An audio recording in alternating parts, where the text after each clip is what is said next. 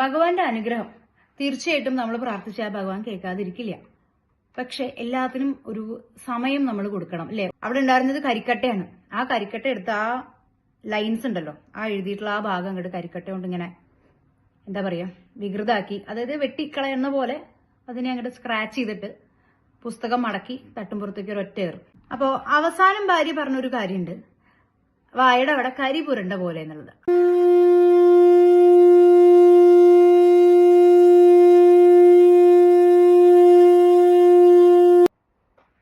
ഹരേ കൃഷ്ണ. ഗുരുവായൂർ ഉണ്ണിക്കണ്ണൻ എന്നുള്ള ചാനലിലേക്ക് എല്ലാവർക്കും സ്വാഗതം. എല്ലാവർക്കും അറിയണ്ടാവും, ഈ ചാനല് കൊടക്കാട് ശശി നമ്പൂതിരിയുടെയാണ്. ഗുരുവായൂർ ടി ശാന്തി ശ്രീ കൊടക്കാട് ശശി നമ്പൂതിരി അദ്ദേഹമാണ് ഇങ്ങനൊരു അവസരം ഈ ഒരു ചാനലിൽ ഭഗവാന്റെ കഥകളും ഭഗവാന്റെ ഐതിഹ്യങ്ങളും പറയാൻ എനിക്കൊരു അവസരം തന്നു. ഞാൻ ഇതിനു മുന്നേ കഥകൾ പറഞ്ഞിരുന്നു, കുറച്ചു പേർക്കെങ്കിലും അറിയുന്നുണ്ടാവും. ഏകദേശം ഒരു 2-3 വർഷം ആയിട്ടുണ്ടാവും. എല്ലാത്തിൽ നിന്നും മാറി നിൽക്കേണ്ടി വന്നു. ഇപ്പൊ വീണ്ടും ഇതൊരു 2ാം വരവാണ്.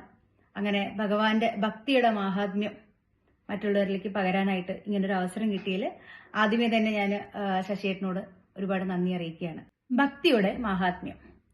ഭഗവാന്റെ അനുഗ്രഹം തീർച്ചയായിട്ടും നമ്മൾ പ്രാർത്ഥിച്ചാൽ ഭഗവാൻ കേൾക്കാതിരിക്കില്ല. പക്ഷെ എല്ലാത്തിനും ഒരു സമയം നമ്മൾ കൊടുക്കണം അല്ലെ. ഒരു കാലയളവുണ്ട് എല്ലാത്തിനും. അല്ലാതെ നമ്മൾ എന്തെങ്കിലും ഒന്ന് പറയുമ്പോഴേക്കും അപ്പനെ തരാൻ വേണ്ടി നിൽക്കുന്ന ഒരാളല്ലല്ലോ ഈശ്വരൻ. ഭഗവാൻ അറിയാം നമ്മളെക്കാൾ നല്ല പ്ലാൻസ് അദ്ദേഹത്തിനുണ്ട്. നമ്മളിപ്പോ വിചാരിക്കും, നമ്മളൊരു കാര്യം വിചാരിച്ചു ഈശ്വര അത് നടന്നില്ല, ഈ ഒരു സംഭവം വേണമെന്നുണ്ടായിരുന്നു, അത് കിട്ടിയില്ല, ഈ ജോലി കിട്ടിയില്ല, എനിക്ക് ഇന്നത് ചെയ്യാൻ പറ്റിയില്ല. നമ്മുടെ പ്ലാനിങ് ആണ് അതല്ല. പക്ഷെ അദ്ദേഹത്തിന് നമ്മളെക്കാൾ വലിയ പ്ലാൻസ് ഉണ്ട് അല്ലെ. ഇതൊക്കെ നമുക്ക് അറിയുന്ന കാര്യമാണ്. എന്തായാലും ഇതെല്ലാം കൂടി ചുരുക്കി പറയുന്ന ഒരു ചെറിയ കഥ പറയാം. ഒരു ഗ്രാമത്ത് ഒരു ബ്രാഹ്മണൻ ഉണ്ടായിരുന്നു. അദ്ദേഹം എങ്ങനെയാ വെച്ചാല് എന്നും ഭിക്ഷ യാചിച്ച്, ഭാര്യയായിട്ടാണ് താമസിക്കുന്നത്, പ്രത്യേകിച്ച് ജോലിയൊന്നുമില്ല. അപ്പൊ ഭിക്ഷ യാചിച്ചിട്ടൊക്കെയാണ് അന്ന് നാളത്തുള്ള ഭക്ഷണത്തിനുള്ള സാധനങ്ങളൊക്കെ കിട്ടുക. അദ്ദേഹം പക്ഷെ മുടങ്ങാതെ ഭഗവത്ഗീത വായിക്കുമായിരുന്നു കേട്ടോ, നിത്യം. അത് ചിട്ടയായിരുന്നു. ആ ഒരു കാര്യത്തിൽ ആള് പെർഫെക്റ്റ് ആണ്. പക്ഷെ ജോലിക്കൊന്നും പോകാൻ വയ്യ. ഭിക്ഷയൊക്കെ യാചിച്ചിട്ടാണ് അന്ന് നാളത്തെ ഭക്ഷണങ്ങളും കാര്യങ്ങളൊക്കെ കിട്ടുക. ദിവസേന ഇങ്ങനെ നമുക്കറിയാലോ, ദിവസം ഒരു ദിവസം 2 ദിവസമൊക്കെ കൊടുക്കുക ആൾക്കാർ. ദിവസം ഇങ്ങനെ വന്നു തുടങ്ങിയപ്പോ സ്വാഭാവികമായിട്ടും ആ ഗ്രാമത്തിലെ ആൾക്കാർ അദ്ദേഹത്തിനെ കാണുമ്പോൾ തന്നെ അപ്പനെ വാതിലടയ്ക്കും, ഒന്നും കൊടുക്കാതെ. അങ്ങനെ ഒരിക്കൽ അദ്ദേഹത്തിന്റെ ഭാര്യ ദേഷ്യപ്പെട്ടിട്ട് പറഞ്ഞു, എപ്പോ നോക്കിയാലും ഇങ്ങനെ ഭഗവത്ഗീത വായിച്ചിട്ട് എന്താ കാര്യമുള്ളേ? അടുത്ത ഗ്രാമത്തിൽ പോയിട്ടെങ്കിലും ഒന്ന് ഭിക്ഷ യാചിക്കൂ, അതല്ലെങ്കിൽ എന്തെങ്കിലും ജോലി ചെയ്ത് ജീവിക്കൂ. അല്ലെങ്കിൽ നമ്മൾ പട്ടിണിയായി പോകും, നമുക്കൊന്നും കിട്ടില്ല, ഭക്ഷണമില്ല, ഇവിടെ പട്ടിണിയാണ്. അപ്പോ ആ പുസ്തകം ഉണ്ടല്ലോ ഭഗവത്ഗീത, അതൊന്നും എടുത്തിട്ട് തട്ടുംപുറത്ത് എറിയൂ. കുറെ കാലായി ഇതെന്നെ വായിച്ച് കേട്ട് മടുത്തു. ഇതില് അദ്ദേഹം മുടങ്ങാതെ വായിക്കണ ഒരു ശ്ലോകം ഉണ്ടായിരുന്നു. 9ാം അധ്യായത്തിൽ 22ാം ശ്ലോകമാണത്. അനന്യ ചിന്തയെന്തോ മാം എന്ന് പറഞ്ഞിട്ട് തുടങ്ങുന്ന ഒരു ശ്ലോകമാണ്. അപ്പൊ ഭാര്യ പറയാ, ഇത് കേട്ട് മടുത്തു, ആ പുസ്തകം ഒന്ന് തട്ടുമ്പുറത്ത് എറിഞ്ഞോ, ഒന്ന് പോവൂ പറഞ്ഞു.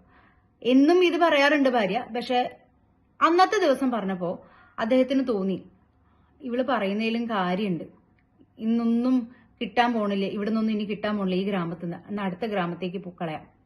അപ്പോൾ അദ്ദേഹം വീണ്ടും ആ ശ്ലോകം ആ പുസ്തകത്തിലേക്ക് നോക്കിയിട്ട് ആ ശ്ലോകം വായിക്കുക കേട്ടോ.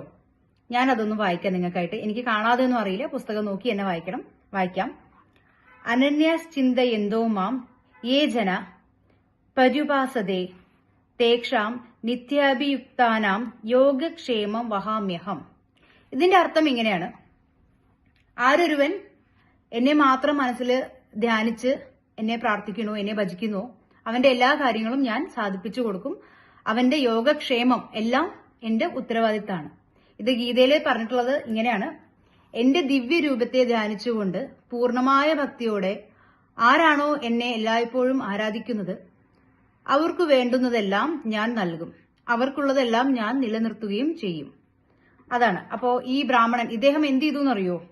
യോഗക്ഷേമം വഹാമ്യഹം എന്നുള്ള ആ ഒരു ഭാഗം ഉണ്ടല്ലോ, അതായത് എല്ലാ കാര്യങ്ങളും ഞാൻ സാധിപ്പിച്ചു കൊടുക്കും, ഞാൻ നിലനിർത്തും എന്ന് പറയണ ആ ഭാഗം, അവിടെ ഉണ്ടായിരുന്നത് കരിക്കട്ടയാണ്. ആ കരിക്കട്ട എടുത്ത് ആ ലൈൻസ് ഉണ്ടല്ലോ, ആ എഴുതിയിട്ടുള്ള ആ ഭാഗം അങ്ങോട്ട് കരിക്കട്ട കൊണ്ട് ഇങ്ങനെ എന്താ പറയാ വികൃതാക്കി, അതായത് വെട്ടിക്കളയുന്ന പോലെ അതിനെ അങ്ങോട്ട് സ്ക്രാച്ച് ചെയ്തിട്ട് പുസ്തകം മടക്കി തട്ടുംപുറത്തേക്ക് ഒരൊറ്റ ഏറ്. എന്നിട്ട് അടുത്ത ഗ്രാമത്തിലേക്ക് പോയി ഭിക്ഷ യാചിക്കണം, അല്ലെങ്കിൽ എന്തെങ്കിലും ഒരു ജോലി കണ്ടുപിടിച്ച് കുടുംബം നോക്കണം, ആ ഒരു ചിന്തയിൽ. അങ്ങനെ അദ്ദേഹം അടുത്ത ഗ്രാമത്തേക്ക് പോയതും അദ്ദേഹത്തിന്റെ വീട്ടിലേക്ക് ഒരു ചെറുപ്പക്കാരൻ വാതിൽ വന്ന് തട്ടി. അപ്പോ അദ്ദേഹത്തിന്റെ കയ്യിലാണെങ്കിൽ വലിയൊരു സഞ്ചിയിൽ നിറച്ച് പച്ചക്കറികളും പഴവർഗ്ഗങ്ങളും ധാന്യങ്ങളും നമ്മുടെ ഭാഷയിൽ പറഞ്ഞാൽ കുറെ ഗ്രോസറി സാധനങ്ങളും സകല സംഗതികളായിട്ട് ഒരു ചെറുപ്പക്കാരൻ വന്ന് വാതിൽ മുട്ടി. അപ്പൊ ഭാര്യ വാതിൽ തോന്നുന്നു, ആരാണ്? ഇദ്ദേഹത്തിന് ഇതിനു മുന്നേ ഒന്നും കണ്ടിട്ടില്ലല്ലോ, ആരാണ്? എന്തായാലും അദ്ദേഹം ഇവിടെ ഇല്ല, ഭർത്താവ് അടുത്ത ഗ്രാമത്തിലേക്ക് പോയിരിക്കുകയാണ് പറഞ്ഞു. അപ്പൊ പറഞ്ഞു, ഇല്ല, ഇവിടെ ഒരുപാട് കഷ്ടപ്പാടാണ്, ബുദ്ധിമുട്ടാന്ന് അറിഞ്ഞു, ഞാൻ അകന്ന ബന്ധുവാണ്, നേരത്തെ കുട്ടി വരണമെന്നുണ്ടായിരുന്നു, പക്ഷെ കുറച്ച് തിരക്കുകൾ കാരണം വരാൻ പറ്റാതിരുന്നതാണ്, ഞാൻ അദ്ദേഹത്തിന്റെ ബന്ധുവാണ്, ഇതെല്ലാം അങ്ങ് സ്വീകരിക്കണം എന്ന് പറഞ്ഞിട്ട് ഈ ബാഗിലുള്ള ഈ പച്ചക്കറിയും പഴവർഗ്ഗങ്ങളും ഗ്രോസറി സാധനങ്ങളും എല്ലാം, നെയ്യ്, എണ്ണ തൊട്ട് നാളികേരം തൊട്ട് സകല സാധനങ്ങളും ഉണ്ടായിരുന്നു, എല്ലാം കൊടുത്തു.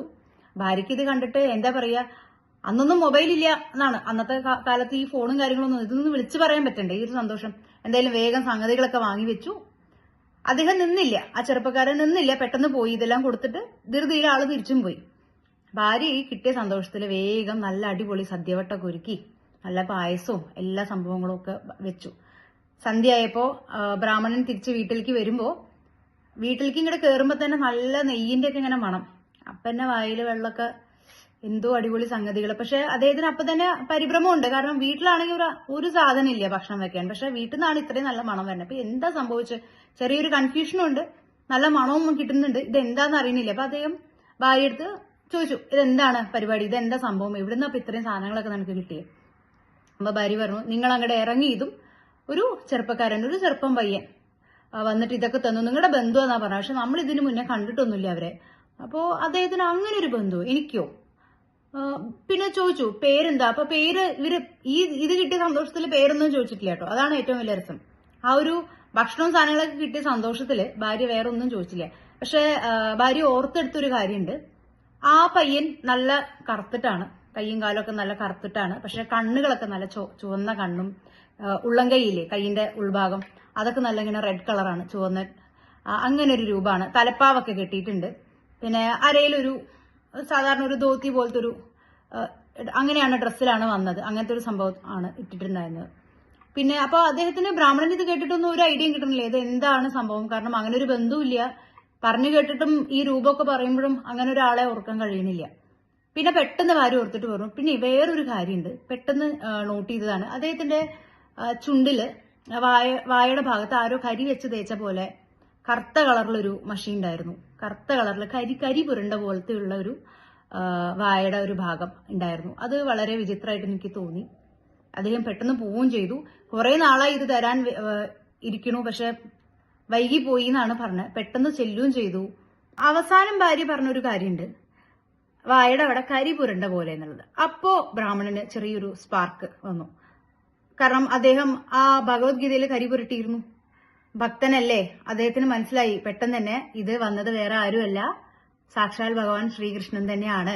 വേഗം പോയി തട്ടുമ്പുറത്ത് പോയി ആ ഭഗവത്ഗീത, ഭാഗവതല്ല തെറ്റിപ്പോയി, ഭഗവത്ഗീത എടുത്തു നോക്കിയപ്പോ അവിടെ ആ കരി പുരണ്ട ആ ഭാഗല്ലേ, ഏതായിരുന്നു, യോഗക്ഷേമം വഹാമ്യഹം എഴുതിയിട്ടുള്ള ആ ഭാഗം, അത് അവിടെ ആ കരി പുരണ്ടതില്ല. അതിന് അദ്ദേഹത്തിന് മനസ്സിലായി ഇത് വേറെ ആരുമല്ല, ഇത് ഭഗവാൻ തന്നെയാണ്, താൻ പുരട്ടിയ ആ കരി ചെന്നത് ഭഗവാന്റെ വായയുടെ അവിടെയാണ് അത് പോയിട്ടുള്ളത്, ഭഗവത്ഗീതയിൽ അത് കാണാനില്ല. അപ്പൊ അദ്ദേഹം പറഞ്ഞു, ഭാര്യയോട് പറഞ്ഞു, ഇപ്പൊ കണ്ടില്ലേ, കൃഷ്ണൻ വന്ന് രക്ഷിക്കുന്ന ഞാൻ പറയാറുള്ളതല്ലേ, ഇപ്പൊ കണ്ടു, ഭഗവാൻ എന്നെ ബന്ധുരൂപത്തിൽ നമ്മളെ വന്ന് രക്ഷിച്ചില്ലേ, നമുക്ക് വേണ്ട സാധനങ്ങളൊക്കെ തന്നില്ലേ.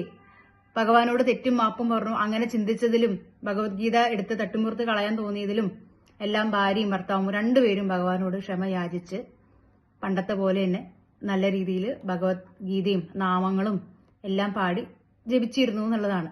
അതായത് അപ്പുള്ള അവരുടെ ആ ഒരു തെറ്റ്, നമുക്കൊരു കാര്യം നമ്മൾ ആഗ്രഹിച്ചത് നടന്നില്ല, അതല്ലെങ്കിൽ ഭഗവാൻ അനുഗ്രഹം നിങ്ങൾ ഉദ്ദേശിക്കുന്ന സമയത്ത് കിട്ടിയില്ല എന്ന് കണ്ടതും ഭഗവത്ഗീത എടുത്ത് എറിയാനാണ് അവർക്ക് തോന്നിയത്. ഇന്നത്തെ കാലത്ത് അങ്ങനത്തെ ആൾക്കാരുണ്ട് അല്ലേ, നമുക്കിപ്പോ എന്തെങ്കിലും വിചാരിച്ചത് കിട്ടിയില്ലെങ്കിൽ ഇനി തൊട്ട് ഞാൻ നാമം ചൊല്ലില്ല, വിളക്ക് കൊളുത്തില്ല, അമ്പലത്തിൽ പോയില്ല, ഞാനിപ്പോ എന്തിനാ ഇത്രയും കാശ് മുടക്കി വഴിപാടുകളൊക്കെ ചെയ്യണേ, അതിന്റെ ഒരു ആവശ്യമില്ല.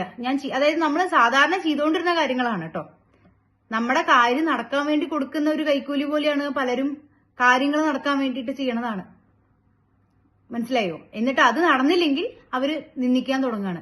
അങ്ങനെയുള്ളവർക്ക് വേണ്ടിയിട്ടുള്ളതാണ് ഈ ഒരു കഥ. ഇവിടെ മഹാത്മ്യം എന്നുള്ള ഈ കഥയില് കുറെ കാര്യങ്ങളുണ്ട്, അതായത് കോൺട്രോവേഴ്സീസ് എന്ന് പറയാം നമുക്ക്.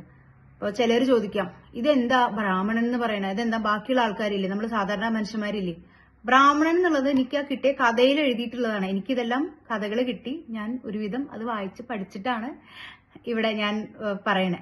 അപ്പൊ അതില് എഴുതിയിട്ടുള്ളത് ബ്രാഹ്മണൻ എന്നാണ്. സാധാരണ ഒരു മനുഷ്യൻ അത്രേ ഉദ്ദേശിച്ചിട്ടുള്ളൂ.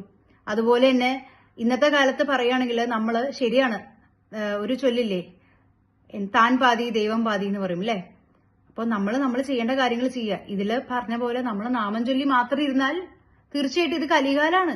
ഇതിൽ ഭഗവാൻ ചതുർബാഹു രൂപത്തിൽ നമ്മുടെ മുന്നിൽ വന്ന് നമുക്കുള്ള ഭക്ഷണങ്ങൾ തരും, അല്ലെങ്കിൽ പച്ചക്കറി തരും. മഞ്ജുഷയല്ലേ പറഞ്ഞ കഥയില് പ്രാർത്ഥിച്ചിരുന്നാൽ മതി, ഭക്ഷണവും സാധനങ്ങളൊക്കെ ഭഗവാൻ കൊണ്ടുതരുന്നു. അങ്ങനെയല്ല. അതായത് നമ്മൾ ചെയ്യേണ്ട കാര്യങ്ങൾ നമ്മൾ ചെയ്യുക, ഭഗവാനെ നിന്ദിക്കാതിരിക്കുക. അതേപോലെ നമ്മൾ ഓരോന്ന് പ്ലാൻ ചെയ്യും, എന്നിട്ട് അത് വിചാരിച്ചിട്ട് അതുപോലെ അത് നടന്നില്ലെങ്കിൽ ഭഗവാനെ നിന്ദിക്കുക എന്നുള്ളത് ആ ഒരു ചിന്താഗതി മാറ്റിവെക്കുക. ഇതിലും നല്ല പ്ലാൻസ് അദ്ദേഹത്തിന് ഉണ്ടാവും. പലപ്പോഴും പേഴ്സണലി എനിക്ക് അങ്ങനെ കുറെ അനുഭവങ്ങൾ ഉണ്ടായിട്ടുണ്ട്. നമ്മൾ വിചാരിക്കുമ്പോൾ ഇതാണ് നല്ലത്, കുറെ അതിനുവേണ്ടി പ്രാർത്ഥിക്കും, കുറെ വഴിപാട് നേരും, അവസാനം അത് കിട്ടില്ല, സങ്കടമായി, വിഷമായി, എന്റെ പ്രാർത്ഥന ഭഗവാൻ കേട്ടില്ല. പക്ഷെ അപ്പുറത്ത് ഇതിലും നല്ലൊന്ന് അദ്ദേഹം ഒരുക്കി വെച്ചിട്ടുണ്ടായിരുന്നു ഇത്രയും കാലം. ഇനിയും അങ്ങനെ തന്നെ ആവും. നമുക്ക് എല്ലാവർക്കും അല്ലെ, കൃഷ്ണൻ എന്റെ മാത്രമോ നിങ്ങളുടെ മാത്രമോ അല്ല, എല്ലാവരുടെയാണ് ഭഗവാൻ അല്ലെ. ഞാൻ ഇങ്ങനെ ഗുരുവായൂരപ്പന്റെ കഥകളൊക്കെ ഞാൻ പറഞ്ഞല്ലോ വേറൊരു ചാനലിൽ പറഞ്ഞിരുന്നു.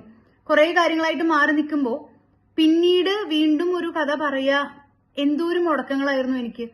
പലപ്പോഴും വിചാരിച്ചിട്ട് എനിക്ക് സാധിക്കാത്തൊരു അവസ്ഥയായിരുന്നു.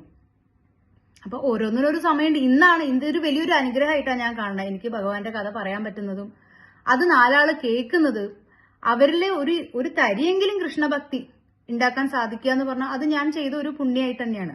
അപ്പൊ അത് എനിക്കൊരു അനുഗ്രഹമാണ് ഭഗവാന്റെ. അതിന് എനിക്ക് 3 കൊല്ലം കാത്തിരിക്കേണ്ടി വന്നു എന്നുള്ളതാണ്. അവസാനമായിട്ട് ഞാൻ കഥ പറഞ്ഞത് 2021 തോന്നുന്നു എനിക്ക്. അതെ, 21 അതോ 22 തുടക്കത്തിലോ. അത് കഴിഞ്ഞ് ഇത്രയും വർഷം എനിക്ക് കാത്തിരിക്കേണ്ടി വന്നു അദ്ദേഹത്തിന്റെ ഒരു അനുഗ്രഹത്തിന് വേണ്ടി. ഇതിന് പലപ്പോഴും പലരും എന്നോട് പറഞ്ഞിട്ടുണ്ട്, ഞാനും കുറെ ആഗ്രഹിച്ചിട്ട് എനിക്ക് എന്തോ പറ്റണില്ല, ഒരു മുടക്കം തന്നെയായിരുന്നു എല്ലാത്തിനും. എന്തായാലും ഇപ്പൊ വീണ്ടും കൃഷ്ണനോടൊപ്പം തന്നെ ഒരു കഥ, വീണ്ടും ചെറിയൊരു രീതിയിലൊരു കഥ എന്ന് പറയാം, അതല്ലെങ്കിൽ ഒരു നല്ലൊരു അഡ്വൈസ്, ഒരു മോറൽ ഉള്ള ഒരു സ്റ്റോറി, അത്രേ ഉള്ളൂ. അതിനെ ആ രീതിയിൽ എടുക്കുക. അതല്ലാതെ അപ്പൊ ഞാൻ പറഞ്ഞു, ഒരു ചെറുപ്പക്കാരൻ വന്നു, കറുത്ത നിറാണ്, അതെന്താ വെളുത്ത നിറമല്ലാത്ത കൃഷ്ണൻ, അതെന്തിനാ കറുപ്പാക്കി, അതല്ലെങ്കിൽ കണ്ണ് ചുവന്നിട്ടാണ്, കൈ ചുവന്നിരുന്നു. ഇതെല്ലാം ഓരോരുത്തരുടെയും സങ്കല്പമാണ്. ഇപ്പൊ എന്റെ മുന്നിലുള്ളത് ഒരു വെളുത്ത കൃഷ്ണനാണ്, കറുത്ത കൃഷ്ണൻ അതിലേറെ ഭംഗിയാണ് കാണാൻ. അപ്പോ നമ്മുടെ മനസ്സിലെ സങ്കല്പത്തിലാണ് നമ്മൾ ഓരോന്നും. അപ്പോ കഥയിൽ പറഞ്ഞിട്ടുള്ള വർണ്ണനയല്ല, അതിനകത്ത് നിന്നും നിങ്ങൾക്ക് എടുക്കാൻ കഴിയുന്ന ആ നല്ല മോറൽ വാല്യൂസ് മാത്രം ഉൾക്കൊള്ളുക. വീണ്ടും മറ്റൊരു കഥ അതല്ലെങ്കിൽ മറ്റൊരു ഐതിഹ്യമൊക്കെ ആയിട്ട് ഗുരുവായൂർ ഉണ്ണിക്കണ്ണൻ എന്നുള്ള ചാനലിലേക്ക് വീണ്ടും ഞാൻ വരാം. എല്ലാവർക്കും നമസ്കാരം. ഹരേ കൃഷ്ണ. ഭഗവാൻ രക്ഷിക്കട്ടെ.